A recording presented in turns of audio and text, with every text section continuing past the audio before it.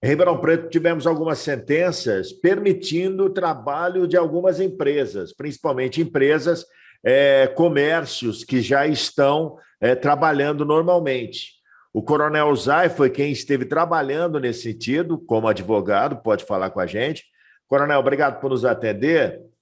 Nos fale um pouco sobre esse assunto. Por que o senhor conseguiu que algumas empresas, principalmente algumas academias, tivessem a liberdade de trabalhar?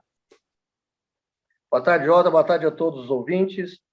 Nós conseguimos isso até porque existem várias legislações que disciplinam, mas o receituário maior, a lei maior que disciplina a questão do Covid, né, a situação emergencial do Covid, é uma lei federal. É a Lei Federal 13.979, ela foi publicada em Diário Oficial da União dia 6 de fevereiro de 2020. Então, o ano passado, publicou-se essa lei. E lá tem várias providências que devem ser adotadas no Brasil todo. Ela serve em nível de Brasil, União, Estado, município, Distrito Federal e até de relacionamento com entidades internacionais, até para autorização de vacinas. Então, essa lei é muito abrangente. Hoje ela tem praticamente 10 páginas, muito bem detalhada, é uma lei muito técnica. Então, Repete, nessa lei... repete o número para mim, por gentileza, coronel. É a lei número 13.979. Pois não. Lei federal. Então, essa lei, ela disciplina muitos detalhes. E dentre os detalhes, prevê o seguinte: quem é que disciplina, em nível de Brasil, as atividades consideradas essenciais? Aí, ela atribui ao presidente da República, como única autoridade no Brasil, para definir quais são as entidades essenciais. Dentre elas já está definido, já tem 2 decretos, né? Aí o presidente assina decreto complementando a lei para dar plena eficácia a ela, e ele já fez 2 decretos. E dentre os decretos, considerou-se as academias, atividade essencial, supermercados, área de segurança, área de saúde, postos de gasolina, é o que está funcionando e, efetivamente, são atividades essenciais. Entre as atividades, as academias também foram consideradas essenciais, até porque muitas fazem fisioterapia. Tem pessoas que têm dificuldade motora, dificuldade de coordenação, precisa praticar exercício como atividade de fisioterapia. Por isso que a academia é considerada atividade essencial, tem o aspecto científico também, não é um aspecto de achômetro. E com isso, os estados e os municípios não podem discordar do decreto do presidente. Eles podem até fazer medidas mais restritivas, mas não pode descumprir o que o presidente da República assina por meio de decreto. E o que é por questão política, aqui em Ribeirão é PSDB e o Estado é PSDB, e eu vejo que o PSDB tem interesse em assumir a presidência da República, né? Ignorar essa conduta do presidente. E aí eu ingressei com um mandado de segurança na vara da Fazenda, aqui de Ribeirão Preto, dizendo: senhor juiz, o presidente disse que a academia é atividade essencial, mas o prefeito aqui não obedeceu. E o juiz falou: advogado, o senhor está certo, a academia é atividade essencial e deve abrir qualquer hora, independente da cor que esteja amarelo, verde, azul, roxo, se está em lockdown ou não está em lockdown. A atividade essencial, a atividade de trabalho, ela deve abrir. E ele deu, primeiro, uma liminar, depois uma sentença, no mesmo sentido, a liminar, a sentença já transitou em julgado. Ela pode ser modificada? Sim, em grau de recurso no Tribunal de Justiça em São Paulo. Aí a promotoria recorreu ou não, doutor? Não, a promotoria não recorreu. Não recorreu. Então, a própria prefeitura impetrou o recurso, mas ainda o recurso não subiu para o Tribunal de Justiça. Então, pode ser que lá em São Paulo, o Tribunal de Justiça entenda diferente da decisão do juiz daqui. Mas eu acho difícil, porque é uma coisa muito técnica.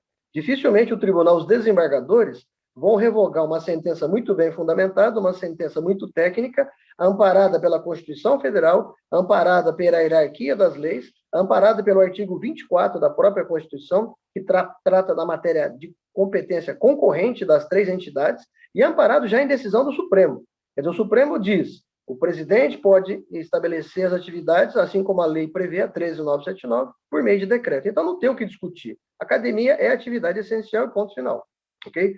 E, com isso, a academia está funcionando. Quanto ao outro comerciante, o Eduardo Cornélio, a atividade dele é venda de roupas. Né? É uma loja perto da catedral, na área central da cidade. Ele estava, obviamente, vendendo até por forma de delivery. A esposa dele levava lá a maquininha de cartão de crédito na rua para a pessoa pagar, não havia aglomeração na loja. Mas por denúncia até de que houve e o Ministério Público solicitou a Polícia Militar para que lá comparecesse, ele foi conduzido ao distrito e autuado em flagrante por 5 crimes. Um dos crimes baseados em norma disciplinada pela Prefeitura, por meio de decreto.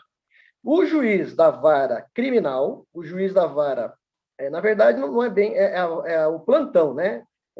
O plantão da 41ª circunscrição do Poder Judiciário, que é Ribeirão Preto. Esse juiz de plantão entendeu que o flagrante foi inconstitucional e relaxou o flagrante.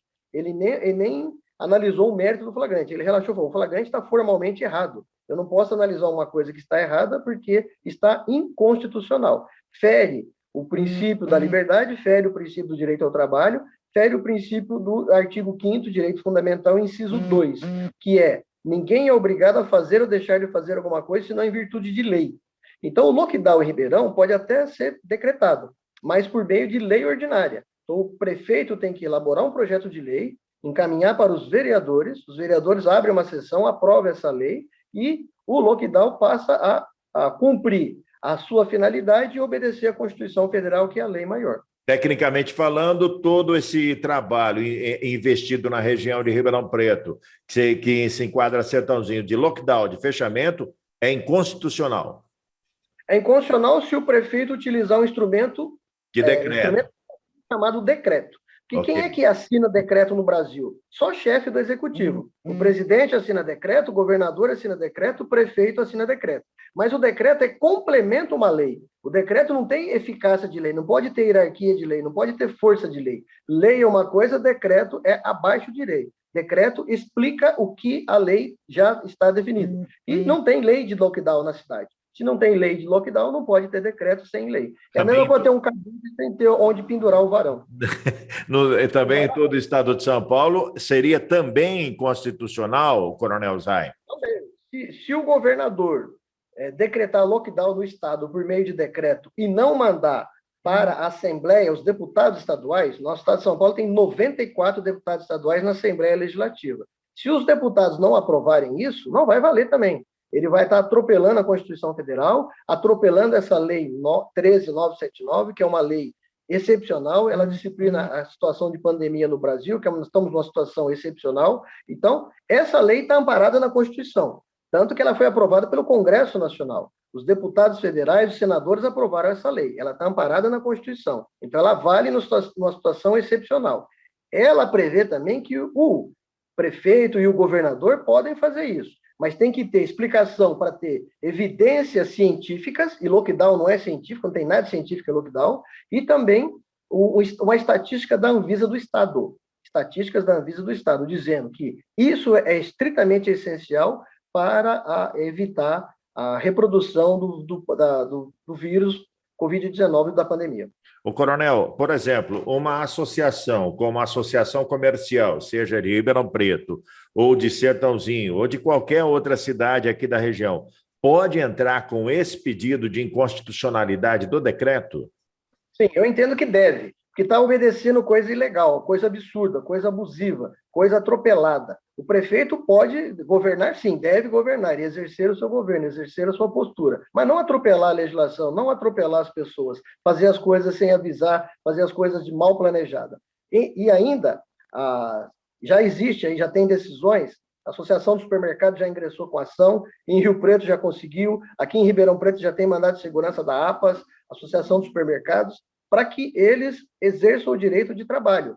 Eu entendo até, particularmente, que o comércio, em qualquer lugar que a gente tem ido, o comércio é das representações de trabalho que mais tem respeitado as normas da Anvisa. As normas de higienização, álcool, máscara, quantidade de pessoas por metro quadrado no estabelecimento. Então, eu não estou vendo por que fechar o comércio. É realmente um absurdo, realmente é uma decisão muito rigorosa, que não leva a nada, que não vai reduzir a quantidade de problemas nos hospitais. O planejamento para o atendimento que está mal organizado, que eu tenho visto em muitas cidades. Muitos lugares, material comprado de maneira irregular, abandonado, guardado a 7... como aconteceu em Araraquara, Bauru, muitos municípios aí, infelizmente, os Rio de Janeiro, os promotores estão à frente, tomando as ações civis, que houve gasto desnecessário, houve gasto irregular, e houve superfaturamento de compras de materiais. Então, está sendo apurado nesses municípios, eu estou acompanhando e tenho visto muita coisa errada em muitas cidades. Então, quer dizer, por causa do executivo estar errando, a população tem que pagar por isso, o comerciante, as instituições que querem trabalhar. É um absurdo alguém falar, por que você está preso? O que aconteceu com o Eduardo Cornélio aqui em Ribeirão? Eu estou preso porque eu estava trabalhando. É a inversão de valores, nós não podemos tolerar isso. Nós temos que lutar pela justiça, temos que lutar pela lei e a aplicação da lei maior que a Constituição Federal. Um grande amigo meu, jornalista, diria assim, que é o cachorro, aliás, é o rabo mordendo o cachorro, e não o cachorro mordendo, é o rabo mordendo o cachorro. É o rabo balançando o cachorro, a cabecinha do cachorro assim e o rabinho paradinho, né? O rabo balançando o cachorro. Basicamente é isso. Coronel, obrigado pela atenção. Alguma outra informação que o senhor queira passar aqui na Rádio Comunitária, na STVI, também no meu canal?